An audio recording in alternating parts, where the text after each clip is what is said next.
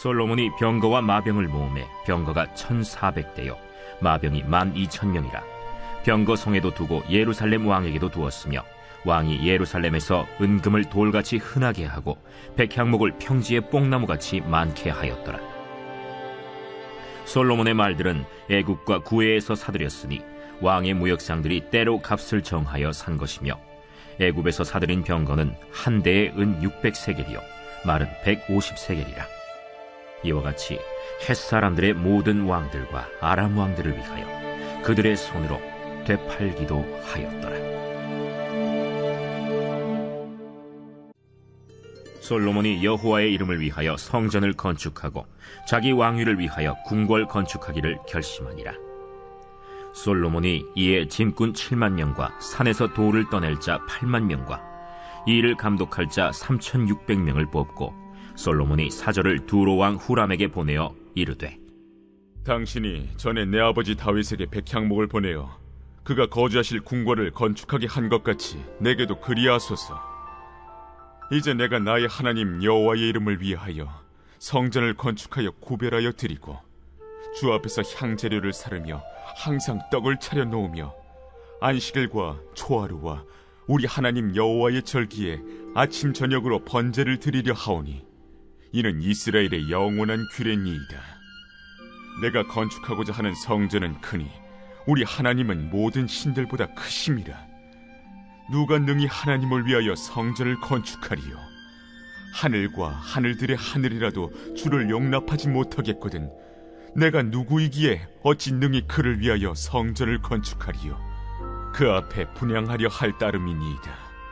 이제 청하건대 당신은 금, 은, 동, 철로 제조하며 자색, 홍색, 청색 실로 직조하며 또 아로 새길 줄 아는 재주 있는 사람 하나를 내게 보내어 내 아버지 다윗이 유다와 예루살렘에서 준비한 나의 재주 있는 사람들과 함께 일하게 하고 또 레바논에서 백향목과 잣나무와 백단목을 내게로 보내소서. 내가 알거니와 당신의 종은 레바논에서 벌목을 잘 하나니 내 종들이 당신의 종들을 도울지라. 이와 같이 나를 위하여 제목을 많이 준비하게 하소서. 내가 건축하려 하는 성전은 크고 화려할 것이니이다. 내가 당신의 벌목하는 종들에게 지은 밀 2만 고르와 보리 2만 고르와 포도주 2만 밭과 기름 2만 밭을 주리이다. 본 말씀은 역대하 1장 14절로 2장 10절까지의 말씀, 성전 건축의 시작입니다. 오래전에 목적이 이끄는 삶이라는 책이 큰 유행을 했죠. 너도 나도 책을 한 권씩은 다 들고 있던 기억이 있습니다. 그것을 가지고 소그룹 모임도 했었고 그것을 가지고 여러 나눔들을 했던 기억들이 있습니다. 그렇듯 우리의 삶 가운데서는 목적을 바로 세우고 사는 것이 너무나 중요합니다. 목적을 갖고 사는 것은 방향을 가지고 사는 것이고, 목적이 없이 사는 것들은 사는 삶은 삶의 이유도 아무런 가치도 없이 사는 인생으로 끝날 수밖에 없습니다. 그것도 오늘 말씀을 통하여서 우리는 어떤 목적을 가지고 이 땅 가운데서 살아가야 할지를 깨닫게 되는 귀한 시간 되기를 주님의 이름으로 축복합니다. 오늘 말씀 14절에서 17절까지는 솔로몬이 부강함에 대해서 기록을 하고 있습니다. 그가 가지고 있는 수많은 병거와 마병들, 또 넘쳐나다 못해 흔하디 흔해 길에 채이는 은금과 백향목들, 그것들을 기록하고 있습니다.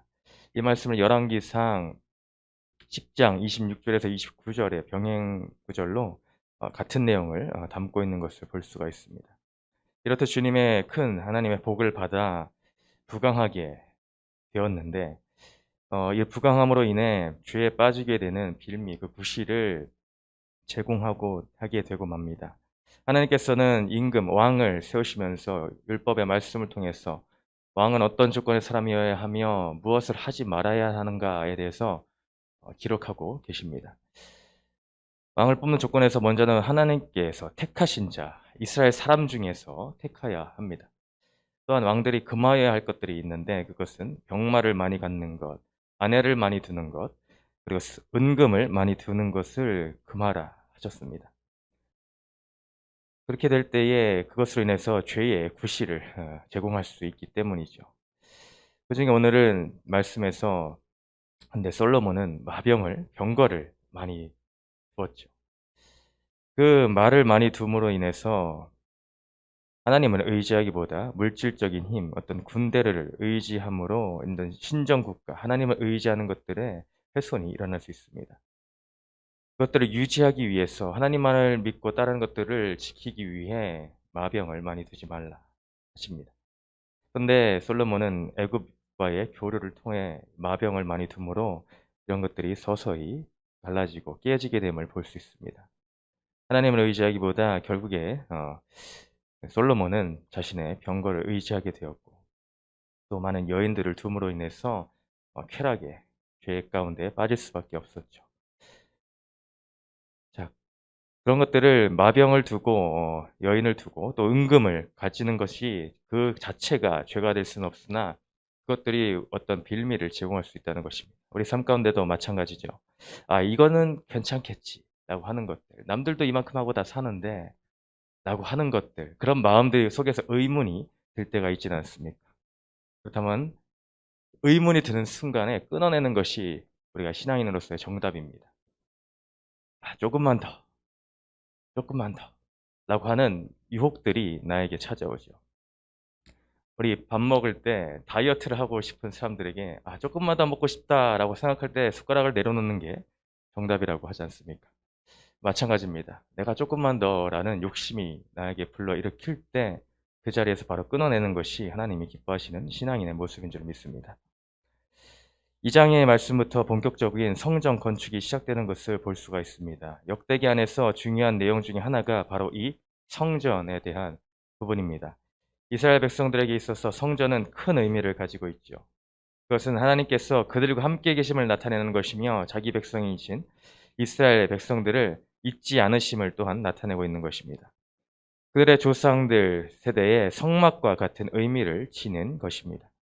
성막 가운데 임재하심으로 여호와께서 함께하심을 보이셨고 그들을 끝까지 이끄시고 보호하셨죠.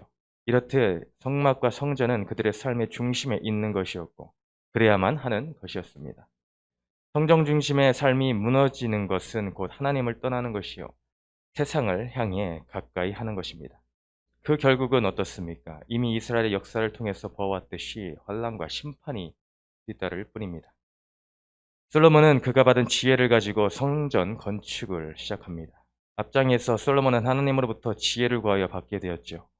하나님께서 맡겨주신 백성을 잘 다스리기 위해서 구한 것이었습니다. 백성을 잘 다스림은 왕으로서 마땅히 해야 할 사명입니다. 그 사명에 합당한 것을 솔로몬은 구한 것이죠. 그럼 지혜라 함은 무엇을 의미할까요? 이런 이야기들을 하곤 하죠. 삶에 있어서 지식도 필요하지만 지식보다 지혜가 더 중요하다. 네, 이 세상에서도 지혜가 중요한 건 모두 잘 알고 있습니다. 근데 참 지혜라 하는 것을 설명하라 하면 뭔가 머릿속으로는 알 것 같은데 표현하기가 어렵지 않습니까? 그리고 세상의 지혜와 말씀에서 말하는 지혜는 큰 차이가 있죠. 성경에서는 지혜를 무엇이라고 말하고 있을까요? 시편과 잠언 등에서 여호와를 경외하는 것이 지혜의 근본이다라고 가르치고 있습니다. 판단력이 있고 현명하게 대처하는 것들도 지혜이겠으나 성경이 말하는 지혜의 근본은 하나님을 경외하는 것이라는 것입니다. 결국 솔로몬은 하나님을 경외하는 심령을 구한 것이고 그것을 바탕으로 맡겨주신 백성을 다스리길 원한 것이죠. 그러므로 이 일의 출발점에 성전 건축이 있다는 것은 아주 당연하다고 볼 수 있습니다. 여호와를 경외함으로 그의 이름을 나타내고 높이기 위해 또한 백성들을 이러한 신앙으로 올바르게 이끌기 위해 반드시 성전을 건축해야 했던 것입니다. 1절에 그 솔로몬의 뜻이 잘 담겨 있죠. 성전을 건축하되 무엇을 위해 하였나요? 여호와의 이름을 위해 하였다고 분명히 기록되어 있습니다. 자신의 왕권을 위해서는 궁궐을 건축하나 그 전에 먼저 중요한 성전을 건축하였다는 것입니다. 그 성전을 지은 목적은 자신을 위함이 아닙니다. 오직 그 목적은 하나님이십니다. 성전을 통해 자신을 포함한 이스라엘 백성들이 하나님 앞에 나와 예배를 드리는 것, 여호와의 함께하심을 그 임재를 경험하는 것이 중요하다는 것입니다. 이렇듯 우리의 삶에서도 목적이 아주 중요합니다. 우리는 왜라는 질문을 통해 스스로를 점검하여야 합니다. 왜 오늘 이 자리에 나오셨습니까? 왜 코로나 시대에 마스크를 껴가며 힘들게 예배의 자리를 지키려 하십니까? 어릴 적 저는 모태신앙이라 정신을 차리고 보니 교회에 있었습니다. 예배의 자리가 습관이었고 부모님이 목회를 하시니 지켜야 하는 자리였죠. 여러분은 어떠십니까? 이 물음은 교회 안에서만 국한된 것이 아닙니다. 왜 그 일을 내가 해야 하고, 왜 그 직장을 다녀야 하며 공부를 해야 하고 돈을 벌어야 하는지 묻고 또 물어야 합니다. 내 이름을 위하여는 죄의 유혹들을 경계하고 물리쳐야 합니다. 내가 무언가를 함에 있어서 그 동기가, 그 목적이 여호와의 이름을 위함인지 아닌지를 밝히 보아야 할 줄을 믿습니다. 하나님의 이름과 영광을 가장한 것들에 주님은 결코 속지를 않으십니다. 사람은 속일 수 있다 하여도 주님은 결단코 속일 수가 없습니다. 솔로몬의 고백은 4절에서도 반복되어 나옵니다. 내가 나의 하나님 여호와의 이름을 위하여 성전을 건축하여. 여기서는 솔로몬의 확실한 신앙의 고백까지 드러나고 있습니다. 내가 나의 하나님 여호와의 이름을 위하여. 그 전까지는 어떻게 보면 나의 하나님이기보다 아버지 다윗의 하나님으로 여겨졌을 것입니다. 그러나 이제는 솔로몬이 나의 하나님이라고 고백을 합니다. 부모님을 따라 어려서부터 교회에 출석하신 분들은 이러한 솔로몬의 상태가 공감이 되실 것입니다. 어리다는 이유로 판단력도 주관도 부족하니 부모님의 영향이 클 수밖에 없죠. 부모님이 가시니 가고 안 가실 때는 안 가고. 저 같은 경우는 부모님이 늘 가 계시니 늘 갈 수밖에 없었습니다. 그런데 그것이 어느 때가 이르면 하나님과 나 사이에서 결판을 내야 하는 상황이 옵니다. 누구에게 나오죠? 우리 세비청 아이들의 시기가 이런 기로에 많이 놓이는 시기라 생각이 됩니다. 부모님의 그늘 아래 누군가의 그늘 아래 교회를 다니는 자로 남을 것인가? 나의 하나님이라는 고백을 하는 신앙인으로 다시 태어날 것인가? 물론 어른이라고 해서 이러한 물음이 예외는 아닙니다. 나의 하나님인 건 모르겠고 남의 하나님, 목사님의 하나님, 안목의 권사님, 지사님의 하나님인 것 같아 라고 느껴질 때가 있지는 않습니까? 이건 역시 그의 삶이 여호와의 이름을 위한 삶인가 아닌가에 달려 있습니다. 나의 이름을 위한 삶을 산다면 결코 나의 하나님을 경험할 수가 없습니다. 내 삶의 목적이 그 이유가 여호와의 이름을 위할 때 진정 나의 하나님을 체험하게 될 줄을 믿습니다. 또한 솔로몬은 5절 말씀과 같이 지어질 성전이 클 것이다 라고 말씀하고 있습니다. 이것은 단순히 외형적으로 크게 짓겠다는 표현이 아닙니다. 물론 당시에 일반적인 건축물들과 비교했을 때 성전이 크고 화려했던 것은 분명한 사실입니다. 성경에 자세히 기록된 성전의 재원과 재료들을 통해서도 알 수가 있습니다. 그러나 그런 눈에 보이는 것을 그 큼을 자랑한 것이 포인트가 아닙니다. 5절 하반절에 성전이 큰 이유는 하나님께서 모든 신들보다 크기 때문이다 라고 말하고 있습니다. 솔로몬은 우리 하나님의 크심을 6절에서 더 구체적으로 표현하고 있습니다. 누가 능히 하나님을 위하여 성전을 건축하리요. 하늘과 하늘들의 하늘이라도 주를 용납하지 못하겠거든. 솔로몬은 하나님에 대해 제대로 고백을 하고 있습니다. 광대하신 하나님은 그 어느 곳에도 가둘 수도 한정 지을 수도 없는 분이시고 하늘의 하늘을 초월할지라도 다 담을 수 없는 무한하신 분이라는 것입니다. 이런 하나님 앞에서 제 아무리 솔로몬 왕일지라도 겸손하실 수밖에 없죠. 내가 누구이기에 어찌 능히 그를 위하여 성전을 건축하리요. 그 앞에 분향하려 할 따름이니이다. 이건 이런 뜻이죠. 내가 무슨 수로 광대하신 주님을 담을 수 있는 성전을 지을 수 있겠는가? 단지 그 앞에 예배하려 할 따름입니다. 이 고백을 통해 솔로몬이 성전의 겉모습, 그 외형에 초점을 맞추고 있지 않았음을 확실히 볼 수가 있습니다. 그는 여호와의 이름을 예배함에 초점이 있었고 하나님께서는 자신의 이름을 두실 성전을 짓는 것을 허락을 하셨죠. 이것은 신명기를 통해서도 볼 수 있습니다. 신명기 12장 5절 말씀에 오직 너희의 하나님 여호와께서 자기의 이름을 두시려고 너희 모든 지파 중에서 택하신 곳인 그 계실 곳으로 찾아 나아가서 하나님께서는 자신의 이름을 두시려고 택하신 곳인 성막, 성전에서 하나님을 예배하고 영광을 기리도록 허락을 해주신 것입니다. 오늘날의 이 예배당 또한 그러한 상징성을 나타내고 있습니다. 궁극적으로 성령이 거하시는 우리의 심령이 하나님의 성전이며 내가 예배하는 자리가 성전이지만 외형적 상징성을 가지고 있는 이 예배당 또한 소홀히 여겨서는 안 됩니다. 코로나 시대 가운데 우리는 잘 분별해야 합니다. 내 마음이 하나님의 성전이라는 말씀을 나의 편의를 위해 악용해서는 안 됩니다. 주님이 그 중심을 알고 계십니다. 하나님의 이름을 두시기 위해 그 백성들을 위해 성전을 허락하셨듯이 우리에게는 예배당을, 이 교회 공동체를 허락하셨습니다. 우리에게는 영혼이 있듯이 육신이 또한 있습니다. 물질 세계의 영향 가운데 살고 있습니다. 눈에 보이는 것, 잡히는 것에서 분리될 수가 없습니다. 혼자서 집에서 얼마든지 신앙을 잘 지킬 수 있고 예배도 잘 드릴 수 있다고 결코 자부할 수가 없습니다. 공적인 공동체의 자리를 통해 신앙이 성장이 됩니다. 이를 위해 예배당을 허락을 하셨고 믿음의 공동체를 허락하신 줄을 믿습니다. 코로나 가운데서 무조건 현장 예배를 해야 한다는 것은 아닙니다.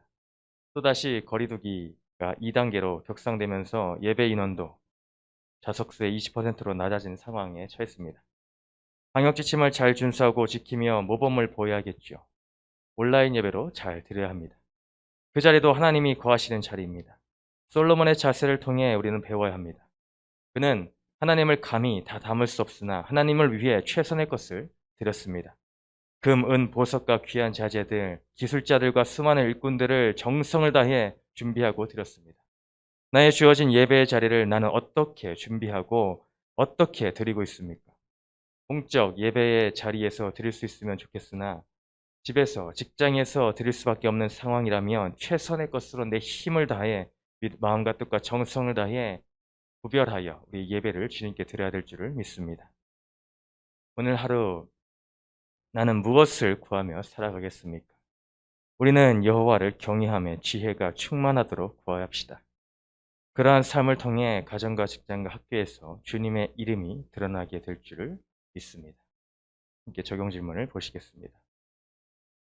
하나님을 온전히 의지하는데 방해하는 병거와 마병과 같은 나의 타협의 요소는 무엇인가요? 삶의 전 영역에서 내가 행하고 있는 것들 하나하나의 목적은 무엇입니까? 나는 하나님의 전을 쌓는 것에 초점을 맞추나요? 내 이름의 전을 짓는 것에 초점을 맞추고 있나요? 나의 영과 육은 주를 예배하는 자리에서 최선의 것을 드리고 있습니까? 나는 나 홀로 신앙인입니까? 공동체와 함께하는 신앙인입니까? 함께 기도하시겠습니다. 사랑과 은혜 주님 아버지 감사합니다. 오늘 솔로몬의 모습을 통해 또 우리가 큰 교훈을 받게 해주심이 감사합니다. 우리는 세상을 살면서 주님이 주신 축복에 그것에만 눈이 멀어 내 삶의 중심이 세상의 물질을 의지하고 나의 힘을 의지하며 나의 자리를 의지하는 어리석은 헛된 것을 쫓아 살진 않습니까? 그것조차 주님께서 나를 위해 허락해 주신 것인데 허락해 주신 주님을 보지 못하고 의지하지 못하고 세상을 쫓아가는 나의 어리석은 죄악을 용서하여 주시옵소서. 내 삶의 영역 가운데에 무엇이 중심이 되고 있습니까? 나의 이름을 높이고 나의 욕심을 드러내는 것에 주님의 것을 이용하지 않게 하여 주시고 그런 죄악에 빠지지 않게 하여 주시며 온전히 여호와의 이름을 위하여 살아가는 그 삶의 목적이 바로 서게 하여 주시옵소서. 주님을 예배하는 데 있어서 우리가 소홀하지 않기를 원하나이다. 코로나 시대의 많은 유혹과 세상의 핍박과 혼란들이 다가옵니다. 그 가운데서 우리는 신앙을 지키기 위해 이 예배의 자리를 잘 지켜야 될 줄 믿습니다. 예배당에서 드리는 예배, 또한 내 가정에서 드려진 모든 예배 가운데에 우리가 마음과 뜻과 정성을 다해 힘을 다해 그 예배를 잘 지켜서 주님의 이름을 나타내는 우리의 삶의 모습이 되게 하여 주시옵소서. 그 공동체를 통하여서 우리의 믿음이 더욱더 굳건하게 다져지기를 원하나이다. 세계비전 공동체를 통하여 주님 마지막 때에 주님 지상 명령을 이루어 주시며 많은 영혼들을 주 앞에 이끌 수 있는 우리 세계비전 교회가 될 수 있도록 주님 축복하여 주시옵소서. 오늘 하루의 삶도 주님께서 이끌어 가시고 함께 하실 것을 믿고 바라보며 예수님의 이름으로 기도드렸습니다. 아멘. 이 한 시간 하나님